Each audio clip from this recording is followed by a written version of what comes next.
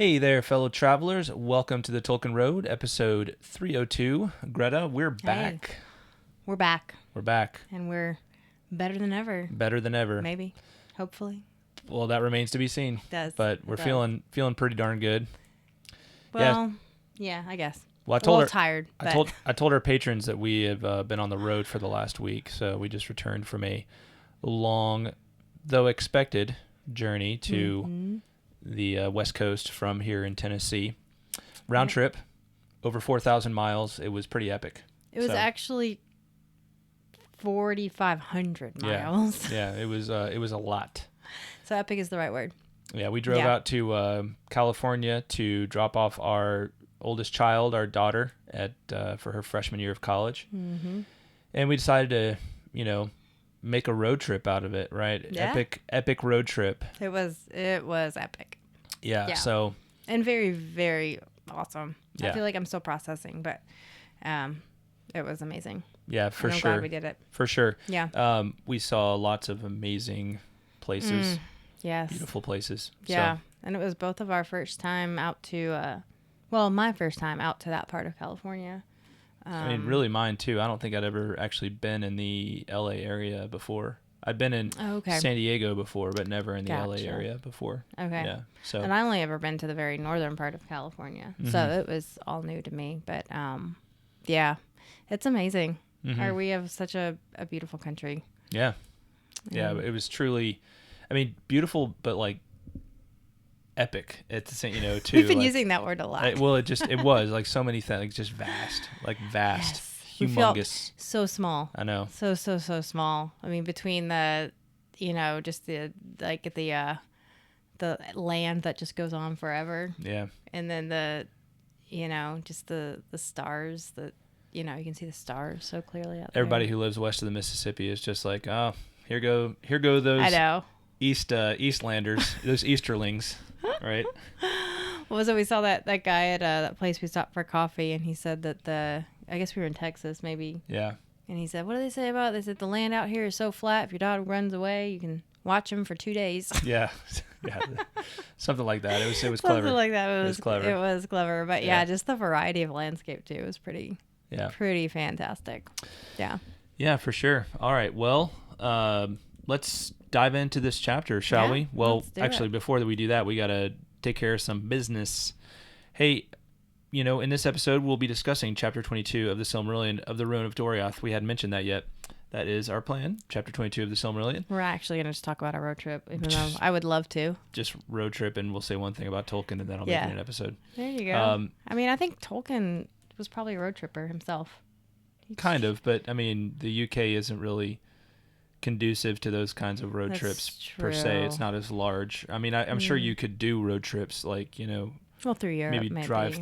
See, that's the cool thing about UK or Europe is like, you can probably pack a lot more into a road trip. You could, right? Because everything's a lot closer. Yeah, exactly. Yeah, exactly. Yeah, although you probably, at least when I was in Europe, I rode the train everywhere. Yeah. So you either be a mid-train tripper, maybe. Mm-hmm. Anyway, yeah. All right, well, business. Let's take care of some business. I'll stop rabbit trailing you. You're good. Okay. Before we get started, we'd like to give a double up air five to our patrons. Get them hands up there. 3, 2, 1. Boom. Nice. Special thanks to this episode's executive producers, John R., Kaitlyn of Tea with Tolkien, Jacob Lockham, John H., and Scotchy Bobo. Thanks, guys. Thank you all. Mm-hmm. And a shout out to our newest patrons, Ann E. and William H. Thank you for becoming patrons. Yes, truly appreciate it. We do. Become a patron by visiting patreon.com/TolkienRoad. Your financial support helps the Tolkien Road to keep on evering on and land you some cool perks along the way. Learn more at patreon.com/TolkienRoad. YouTube, hit that like button. Don't forget to subscribe and let us know what's on your mind in the comments below. And right now, you've got about, let's see, as we record this, you've got like 9 more days to take advantage of the 20% off 300th episode celebration deal over at truemythspress.com. Just use the code EP300, and you can get 20% off of anything that we're selling over there right now. So, and patrons, hey, you normally take 20% off with your code, so you get to take 25% off over if you use your normal code right now until the end of the month. So take advantage while you can. Take advantage while you can, right? It's good advice. All right. Now we're ready to dive in. So our quote of the week comes from chapter 22, and it goes like this. At the last Melian spoke and said, Húrin Thalion, Morgoth hath bewitched thee. For he that seeth through Morgoth's eyes, willing or unwilling, seeth all things crooked. That was kind of the theme here, right? Yeah. Morgoth setting things, his evil schemes in motion, Yeah. by getting people to see things through his eyes, through the eyes of suspicion, through the eyes of evil, And right? darkness. Yes. Yeah. Twistedness. Twistedness. That's it. Yep. Corruption. Yes. Corrupt. Yep.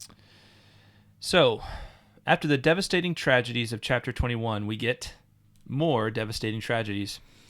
Chapter 22 picks up with Hurin, now old and worn out by Morgoth's tortures.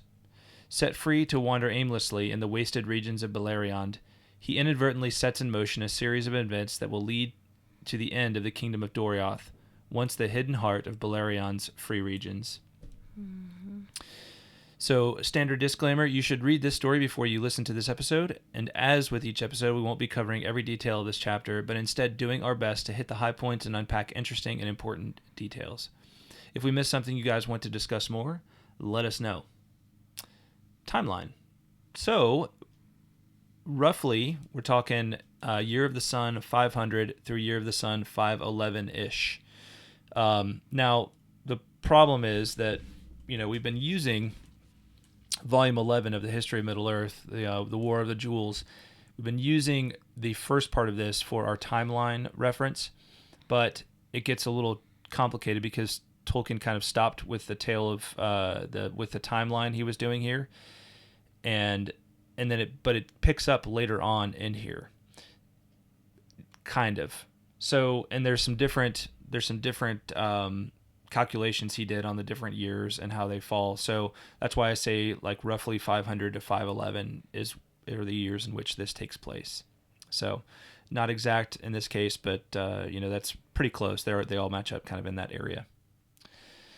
All right. So the chapter begins with the release of Hurin. Now you'll recall at the end of chapter 20, Hurin is captured by Morgoth, and he's imprisoned, and he's kind of forced to see through Morgoth's eyes everything that's going on in Beleriand, especially as it relates to his children. And in chapter 21, we get the story of his son Turin and of his daughter Nienor, right, and all the things that befall them, as well as what befalls Morwen, Hurin's wife. So, and none of what happens to them is good. None of what happens to them is good. In fact, it's pretty horrible. So, we will be talking a lot more about the kind of this big story of Hurin and of Turin and Nienor and Morwen. We'll be talking a lot more about this in the not too distant future when we actually go and do chapter by chapter read through of the Children of Hurin, which is the novel version of this story that came out about 15 years ago. And so we'll get a lot more familiar with these things as we continue down, the road a little further. Probably early part of next year is where I'm targeting right now. But right now we're just going to consider kind of the short version of this story and how Hurin and his release by Morgoth at the beginning of this chapter leads to the ruin of Doriath, of this kingdom of Doriath. So yes, Hurin is released. So why? Why would Hurin release? Was he did he escape? Was did he cut some kind of deal with Morgoth? Like, why was he released?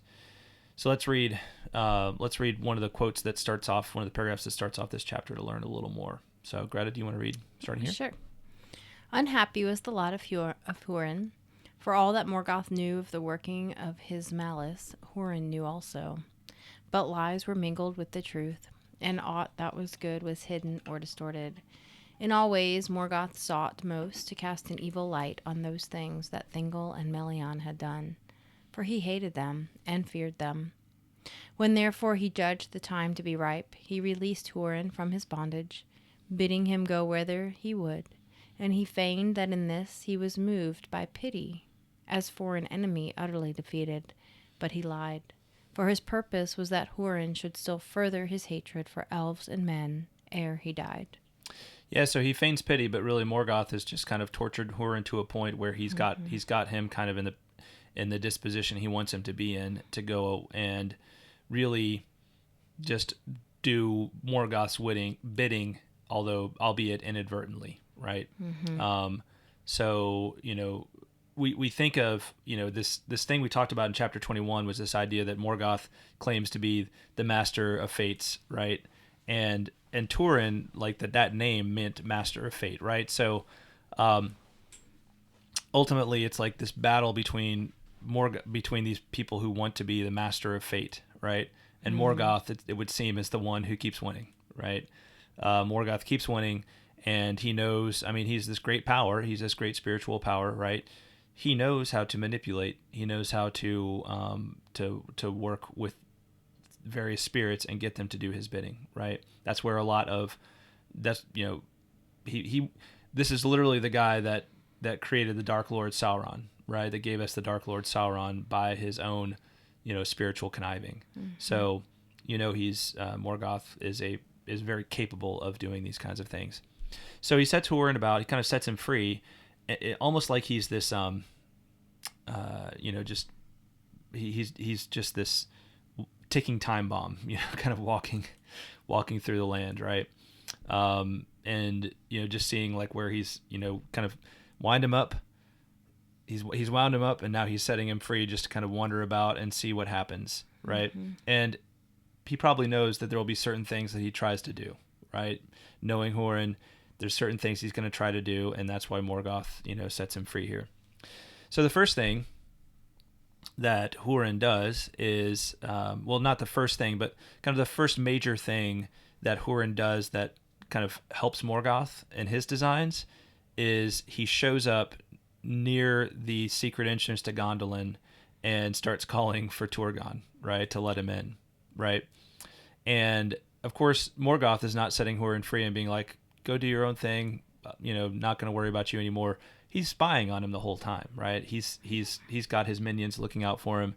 And so, while he doesn't completely give away the location of Gondolin because he doesn't know it for sure, meaning Hurin doesn't know it for sure, nevertheless, he arrives close enough to where, the secret entrance is that Morgoth can figure out, okay, Gondolin's somewhere in this area, right? Gondolin is somewhere in this area. Yeah.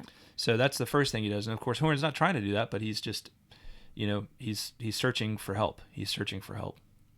So, then really from there, of course, Turgon is at first unwilling to give him help because he doesn't want to expose the secret location of his kingdom.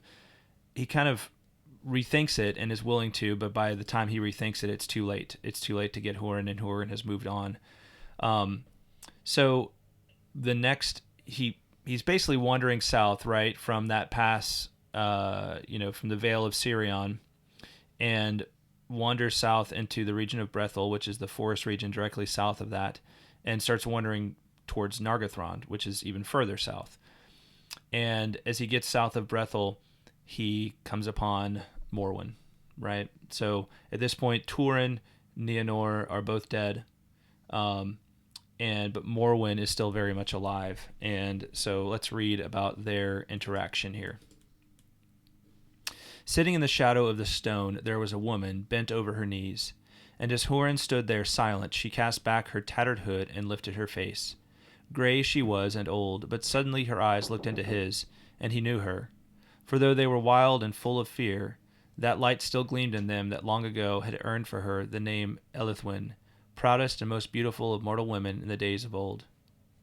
You come at last, she said. I have waited too long. It was a dark road. I have come as I could, he answered. But you are too late, said Morwen. They are lost. I know it, he said, but you are not. But Morwen said, Almost. I am spent. I shall go with the sun. Now little time is left. If you know, tell me, how did she find him? But Hurin did not answer, and they sat beside the stone and did not speak again. And when the sun went down, Morwen sighed and clasped his hand and was still. And Hurin knew that she had died. He looked down at her in the twilight, and it seemed to him that the lines of grief and cruel hardship were smoothed away. She was not conquered, he said, and he closed her eyes and sat unmoving beside her in the night as the night drew down. The waters of Cabed Nearamarth roared on, but he heard no sound, and he saw nothing, and felt nothing, for his heart was stone within him.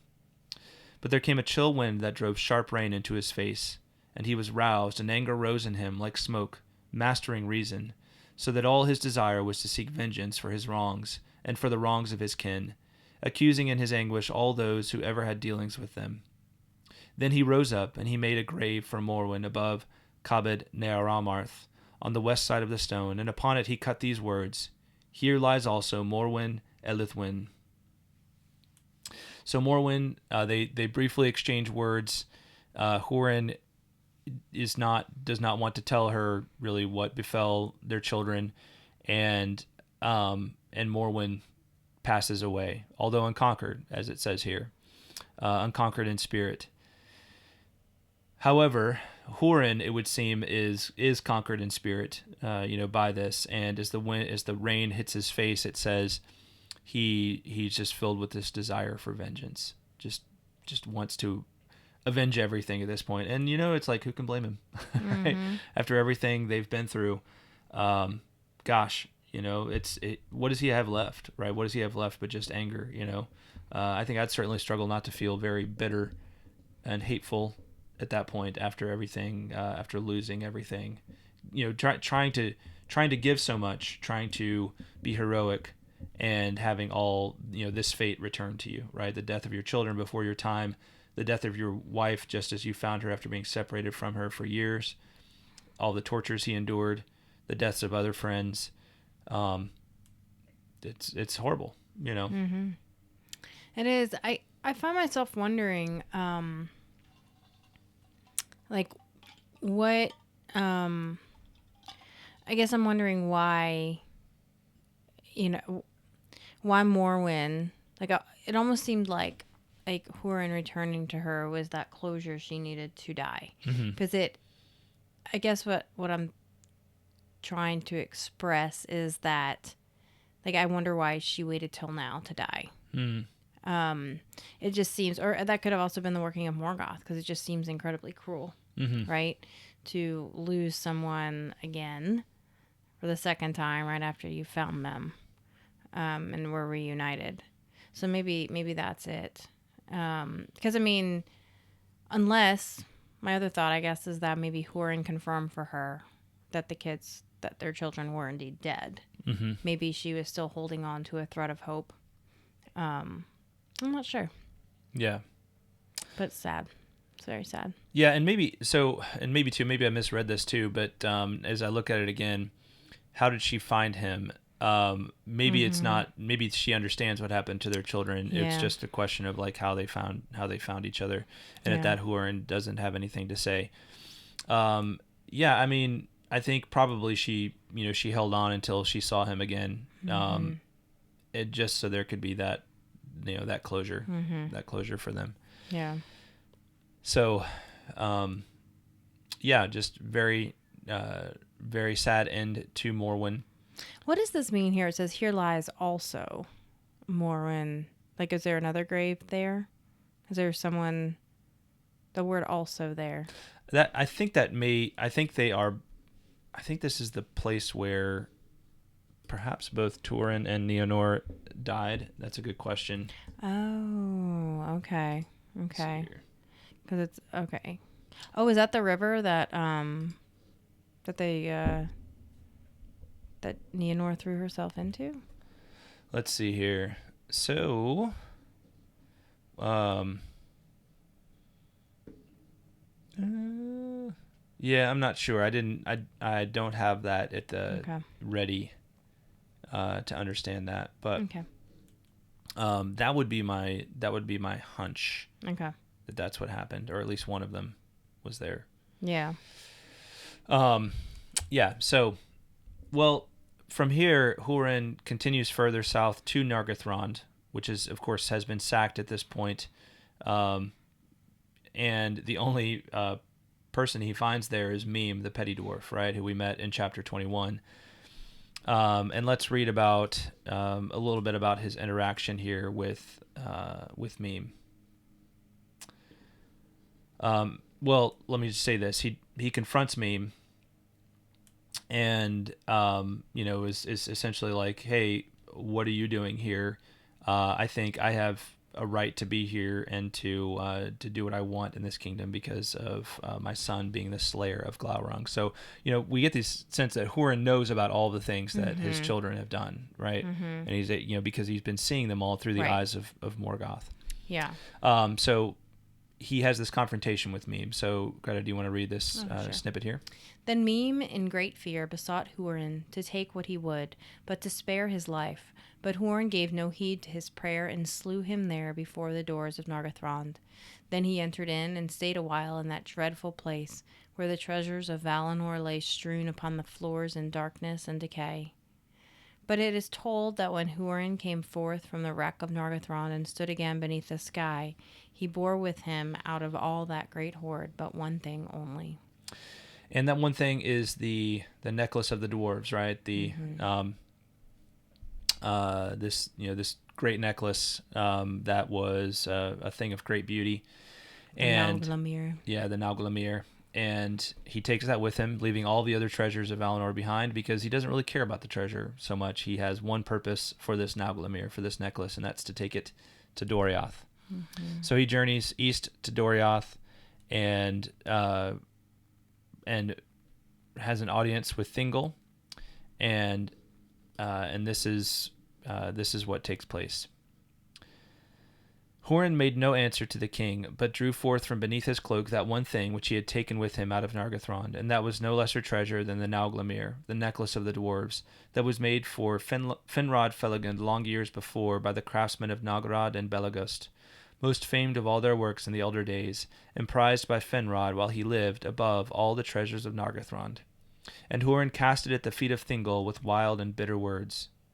"Receive thou thy fee," he cried, "for thy fair keeping of my children and my wife. For this is the Nauglamir, whose name is known to many among elves and men. And I bring it to thee out of the darkness of Nargothrond, where Finrod thy kinsman left it behind him, when he set forth with Beren son of Barahir, to fulfill the errand of Thingol of Doriath." Then Thingol looked upon the great treasure and knew it for the Nauglamir, and well did he understand Hurin's intent. But being filled with pity, he restrained his wrath, and endured Hurin's scorn. And at the last Melian spoke and said, "Húrin Thalion, Morgoth hath bewitched thee, for he that seeth through Morgoth's eyes, willing or unwilling, seeth all things crooked. Long was Hurin thy son fostered in the halls of Menegroth, and shown love and honour as the son of the king. And it was not by the king's will nor by mine that he came never back to Doriath. And afterwards thy wife and thy daughter were harboured here, with honour and goodwill. And we sought by all means that we might to dissuade Morwen from the road to Nargothrond. With the voice of Morgoth thou dost now upbraid thy friends." And hearing the words of Melian, Hurin stood moveless, and he gazed long into the eyes of the queen. And there in Menegroth, defended still by the girdle of Melian from the darkness of the enemy, he read the truth of all that was done, and tasted at last the fullness of woe that was measured for him by Morgoth Bauglir. And he spoke no more of what was past, but stooping lifted up the Nauglamir from where it lay before Thingol's chair, and he gave it to him, saying, "Receive now, Lord, the necklace of the dwarves, as a gift from one who has nothing, and as a memorial of Hurin of Dorlomin. For now my fate is fulfilled, and the purpose of Morgoth achieved, but I am his thrall no longer." Then he turned away and passed out from the thousand caves, and all that saw him fell back before his face.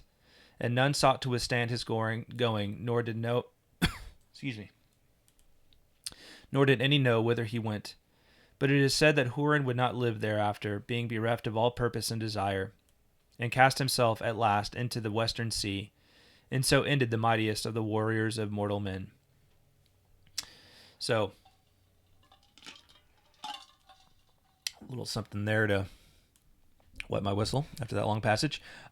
So Hurin, we learn of Hurin's fate, casting himself into the Western Sea. He delivers the Nauglamir, really delivers it as a way of spiting Thingol, as a way of giving just some little taste of vengeance. And it's only Melian's words that really set him, it seemed to set him straight somewhat, right? Did it though? I mean, yeah, I guess it all depends on which way you read it. I think he sounds to me like he's a little bit less saucy, if you will, in the second part of his talking than he is at the first part after Melian lectures him. Yeah, maybe. I guess if they truly had set him straight, he wouldn't have killed himself. Yeah, I mean, he doesn't. Well, I think I think that was his. I mean, what else does he have to live for at that point? Yeah, he wasn't set completely. No, he wasn't set completely straight. I think he maybe finishes here less bitter than he started, but still like less bitter towards others. And he realizes that he's kind of done the will of Morgoth here, but he's still filled with despair at this point, right? Because what does he have to live for at this point? That's true. Right. That's true. Yeah. I mean, it's like first with his children, it's just like one bad thing after another that he has to witness, and it's almost we talked about Hurin being this figure that's like it's just like he's pushing everyone that comes into contact with him, like somehow inadvertently it's bad news for that other person, right? Right. And it would seem that Hurin is kind of completing that. What his son started is kind of completing that too. So, yes, I think that's true. Yeah. They're just cursed, right? Yeah, They're cursed. Absolutely. Yeah. So, again, we have this theme of Morgoth. That Morgoth, one of the chief evils he does is causing people to see, manipulating their vision, to see things in an evil light, to see things crooked, to see things askew, rather than rightly, rather than the way they're meant to be seen. And so much about, when we view the world in a, in an evil way, in a skewed way, that leads to evil action, right? That leads to the wrong action. That leads to us inspiring that same vision in others, right? And thus causing that evil action in others. So, this is like, again, one of the chief powers of Morgoth, one of the chief things he executes through Hurin in all of this. All right. Well, now Hurin is gone, but the chapter is not ended. And what happens next is that Thingol is like, okay, well, I've got this necklace, this Nauglamir.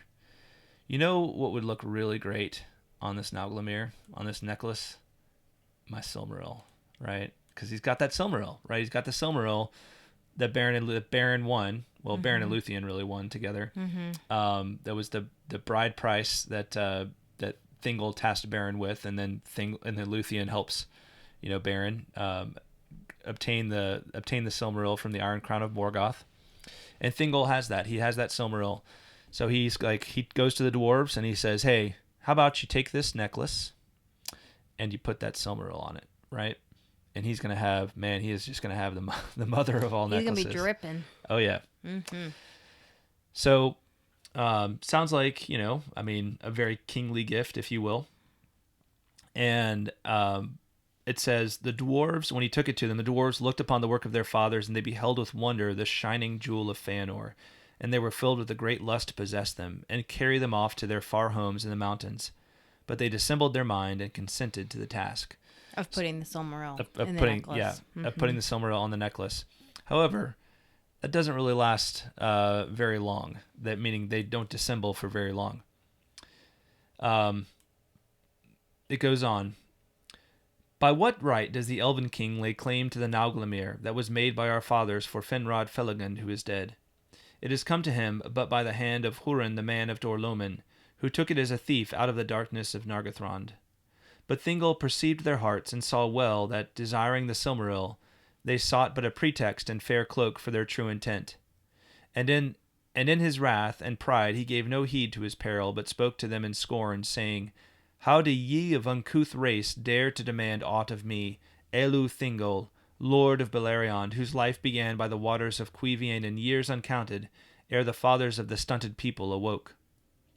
And standing tall and proud among them, he bade them with shameful words be gone unrequited out of Doriath. Then the lust of the dwarves was kindled to rage by the words of the king, and they rose up about him, and laid hands on him, and slew him as he stood. So died in the deep places of Menegroth Elwë Singolo, death of king of Doriath, who alone of all the children of Iluvatar was joined with one of the Ainur, and he who alone of the Forsaken Elves had seen the light of the trees of Valinor, with his last sight gazed upon the Silmaril. Then the dwarves, taking the Nauglamir, passed out of Menegroth and fled eastward through Rhaegion. But tidings went swiftly through the forest, and few of the company came over Aros, for they were pursued to the death as they sought the eastward road. And the Nauglamir was retaken and brought back in bitter grief to Melian the queen. So, really we have the lust and deception of the dwarves, but Thingol being filled with pride and wrath. So we just have this clashing of vices here between these two groups of people. And Thingol says some pretty nasty things to them, right? Of course, the dwarves at first are like, well, we kind of think we should have this, right? And Thingol's like, instead of being like, wait a minute, right? Not only does he say these awful things to them, but he's like really rash about it too, right? And he doesn't even like think like, dude, you're gonna get yourself killed. It's like, you're surrounded by dwarves right now, and you're gonna say all these things about them. Like, that's not smart.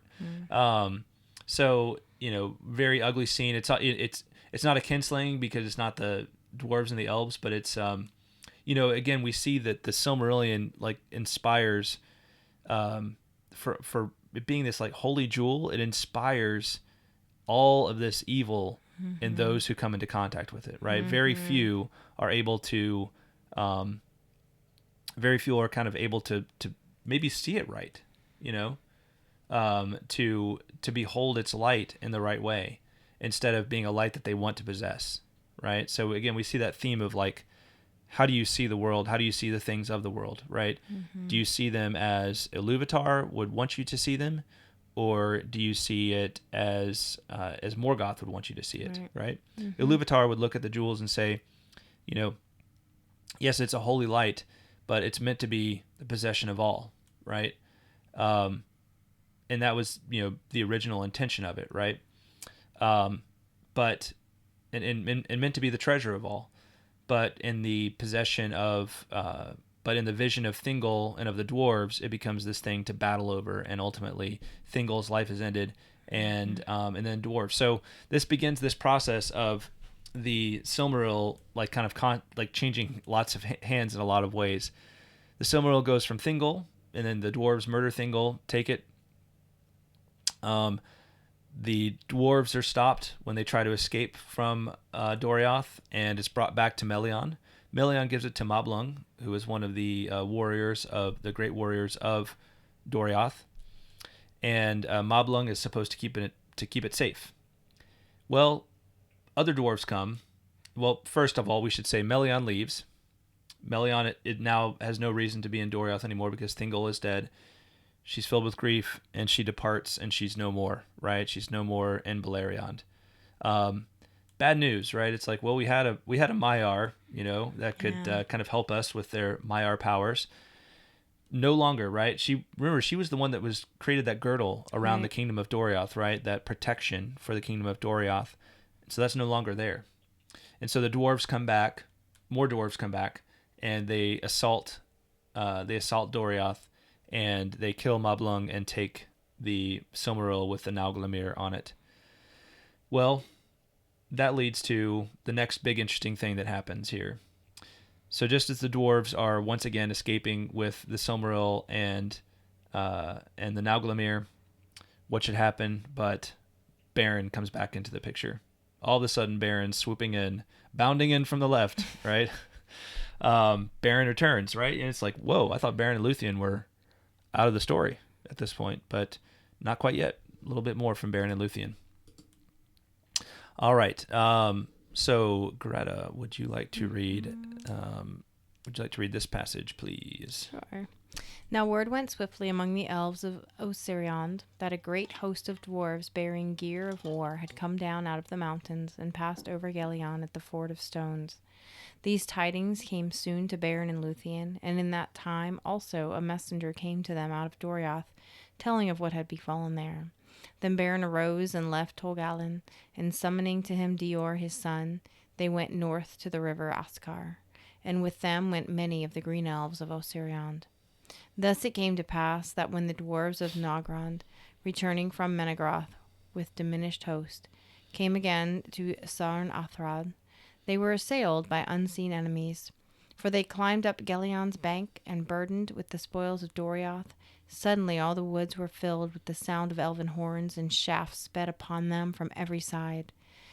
There very many of the dwarves were slain in the first onset, but some, escaping from the ambush, held together, and fled eastwards toward the mountains. And as they climbed the long slopes beneath Mount Dolmed, there came forth the shepherds of the trees, and they drove the dwarves into the shadowy woods of Iradlindun, whence it is said came never one to climb the high passes that led to their homes. In that battle, by Sarnathrad, Beren fought his last fight, and himself slew the lord of Nauglamir, and wrested from him the necklace of the dwarves. But he dying laid his curse upon all the treasure. Then Beren gazed in wonder on the selfsame jewel of Feanor that he had cut from Morgoth's iron crown, now shining set amid gold and gems by the cunning of the dwarves, and he washed it clean of blood in the waters of the river. And when all was finished, the treasure of Doriath was drowned in the river Askar, and from that time the river was named anew Rathloriel, the golden bed. But Beren took the Nauglamir and returned to Tolgalin. Little did it ease the grief of Lúthien to learn that the lord of Nauglamir was slain and many dwarves beside. But it is said and sung that Lúthien, wearing that necklace and that immortal jewel, was the vision of greatest beauty in glory that has ever been outside the realm of Valinor. And for a little while the land of the dead that live became like a vision of the land of the Valar, and no place has been since so fair, so fruitful, or so filled with light. Yeah, so a couple of really interesting things here. So we have this mention of the shepherds of the trees, right? So Ents, right? So apparently Ents kind of team up with Beren here to attack the dwarves who are trying to get away with the Silmaril. Mm-hmm. And that's cool, right? Mm-hmm. That's really cool. So this is one of the only other references we have to Ents outside of Lord of the Rings. And it seems appropriate that they would not be friendly toward dwarves. Yeah. Just given what we know about dwarves. Yeah. Well, and I think we, if we can think back to, there's some moments, just think about it, right? So Aule, so the other reference in the Silmarillion is in Aule and Yavanna, right? Chapter 2. The Ents literally come about because Aule creates the dwarves, right? So they're like Aule's, Yavanna's response to Aule's creation of the dwarves, right? Yep.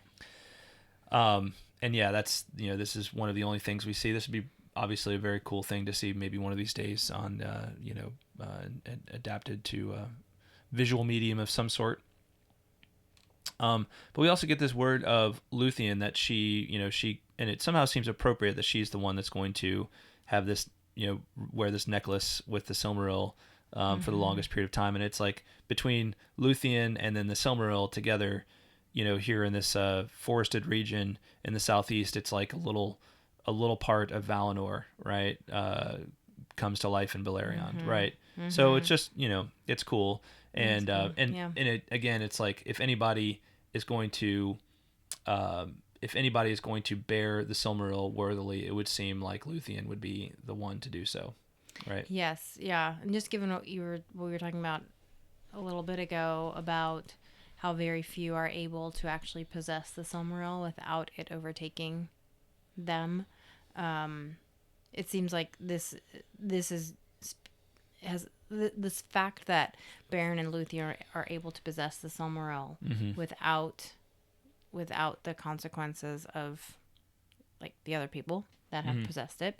I feel like it sets them apart in some way, right? Yeah. It speaks to their characters and just the kind of, creatures that they are. Yeah. That they're, and that Luthien is able to, especially Luthien is able to wear it without it having a negative effect on her.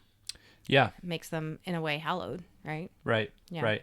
Beren, perhaps because his only desire for the Silmaril was in order to obtain Lúthien. Right. Right. Yeah, it was a selfless. And now that he has Lúthien, he no longer has need He has need of the Silmaril, right? Which is a means to an end for him. Yeah, and so, but in a way, it's like, then, and Lúthien never seems to have had any desire for it, and maybe that's because she has the Maiar blood, the good nature of Melian within her, right? That she inherited that good nature from her mother. That would somehow seem fitting, yes, but yeah, she's able to simply bear it, and to maybe even use it in the proper fashion to beautify and glorify the land about her, and to help make it a place of peace, and reflecting some of what Valinor once was, right? Right. Little piece of heaven on earth. That's right. That's right. Well, we learn a little bit more at this point about Dior, who is the lone child, I believe the lone child, but is the son of Beren and Luthien. And we learn that Dior is, he goes, shortly after this, he goes back to Doriath, and to really reestablish the kingdom. He goes back to Menegroth, and briefly reestablishes this kingdom of Doriath. And shortly after he's there, a messenger comes and delivers a box to him, and in that box is the Nauglamir with the Silmaril upon it. And we learn at that time, and that's kind of, he reads into this, that Beren and Luthien have finally departed, Middle Earth for good, and it says that their fate would be the fate of men, right? That they're to pass out of this world into a fate that's unknown, right? And that's what that's what Lúthien had chosen for herself. That's what Lúthien had chosen for herself. So Dior now has the Nauglamir and the Silmaril, and it's not much longer until the sons of Feanor hear this. And what are the sons of Feanor going to do? Well, they are going to remember the oath that they took with their father, and that means bad news for Dior. So let's read this passage. Let's see. Actually, not that one. Oh, here we go. But now, hearing of the renewal of Doriath and of Dior's pride, the seven gathered again from wandering, and they sent to him to claim their own. But Dior returned no answer for the sons of Feanor, and Cellegorm stirred up his brothers to prepare an assault upon Doriath. They came at unawares, in the middle of winter, and fought with Dior in the Thousand Caves. And so befell the second slaying of elf by elf. There fell Cellegorm by Dior's hand, and there fell Curufin, and dark Caranthir. But Dior was slain also, and Nimloth his wife, and the cruel servants of Cellegorm seized his young sons, and left them to starve in the forest. Of this Maedhros indeed repented, and sought for them long in the woods of Doriath. But his search was unavailing, and the fate of Elured and Elurin no tale tells.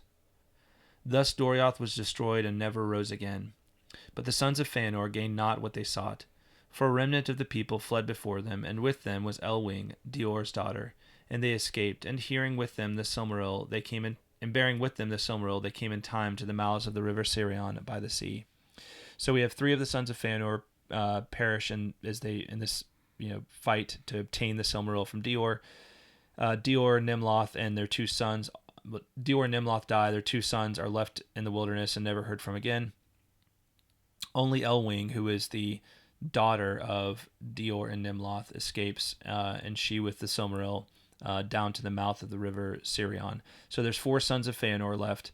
Maedhros, of course, repents, right? He's of all the sons of Feanor, it would seem that Maedhros is the one that is it seems like redemption might be possible for him. He's got a little inkling of good. You know, just A like little bit. just like little by little, like different things are happening that Mm-hmm. make him think like maybe we're wrong about this, about you know the severity of this oath and that sort of thing. Yeah.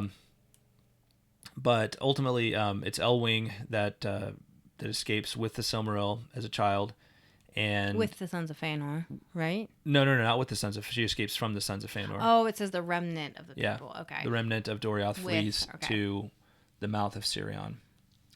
So, So there's one descendant of Beren and Luthien left.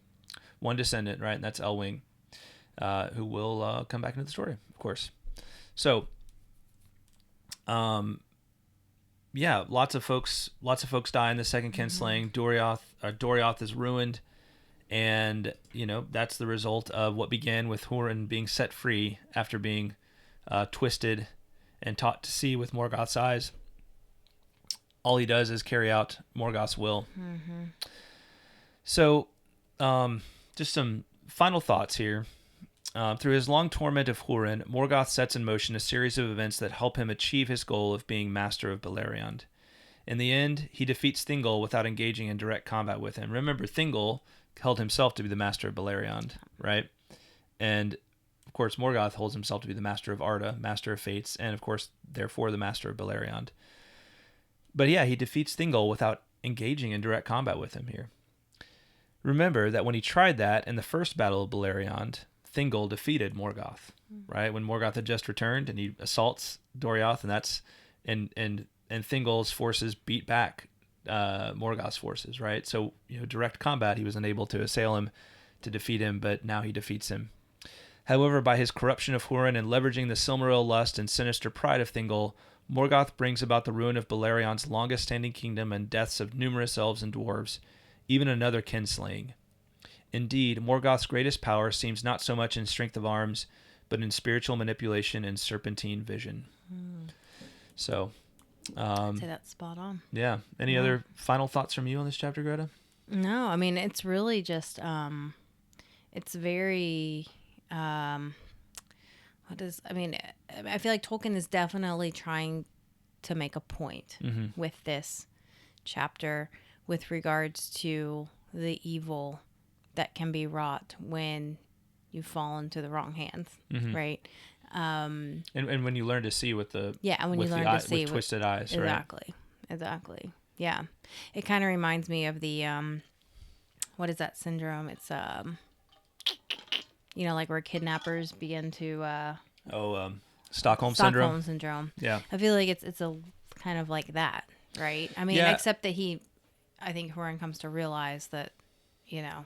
Well, I feel like Stockholm wrong. syndrome is typically, at least as I understand it, it's the idea that Sympathy. like you become sympathetic to the cause of your captors, right? So like the famous case is Patty Hearst, I think was her name, like this daughter of this wealthy family, and she was captured by this terrorist group and held hostage by them, and like, you know, over time, like she kind of bought into their vision, right? Right.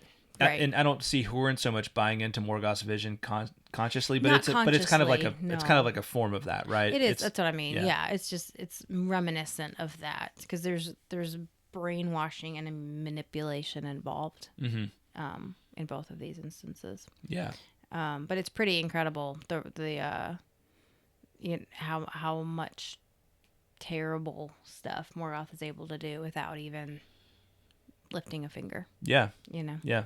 Yeah. It's almost like he's like, why do I even need to bother with my own armies? Like all I have to do is capture individuals and then like twist them and torture them until they see things the way I want them to see them, and then I just cut them loose, right?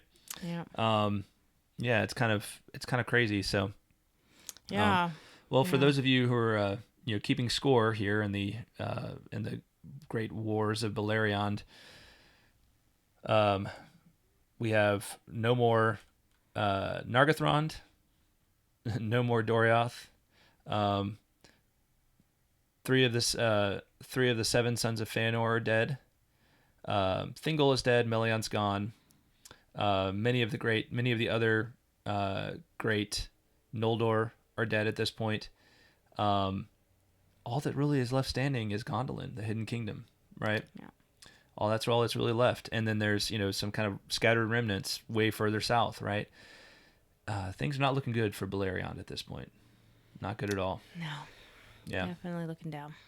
So we will continue our discussion of the Silmarillion with chapter 23 on the next episode. All right.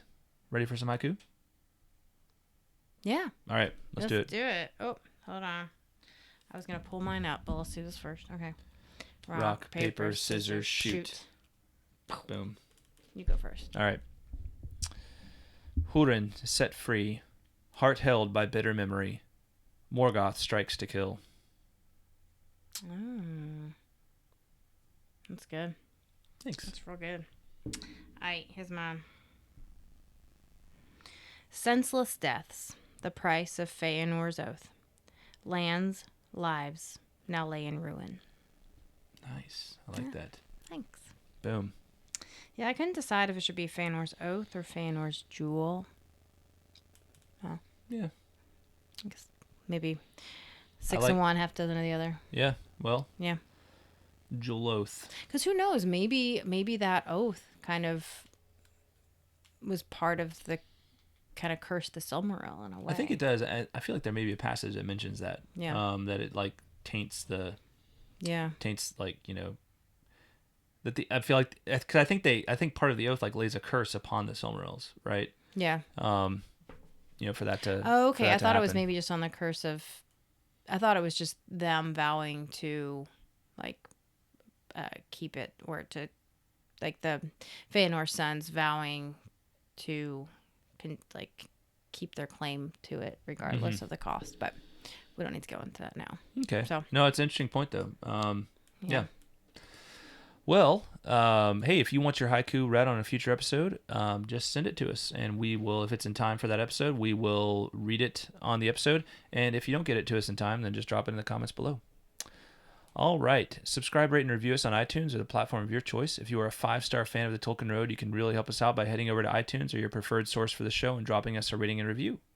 When you do that, it helps get the word out about the Tolkien Road, which helps us to keep on evering on. All right, and don't forget to drop us a line. The easiest way is obviously in the comments on YouTube, but send it wherever you can find us, and we will do our best to get back to you in a timely fashion. All right.